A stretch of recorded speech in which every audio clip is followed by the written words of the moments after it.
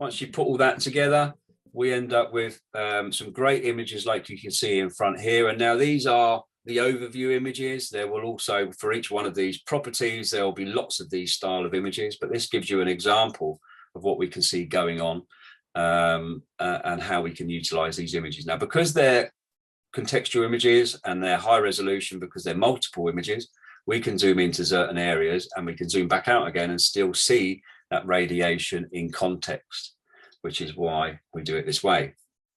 If we were to do this with a drone over these buildings with single images, you could have a 70-page report and be looking at little tiny sections of the rooftop, which is really almost impossible to understand. I must stress here, though, that this is not photogrammetry, which is a complete another topic which might talk about another time.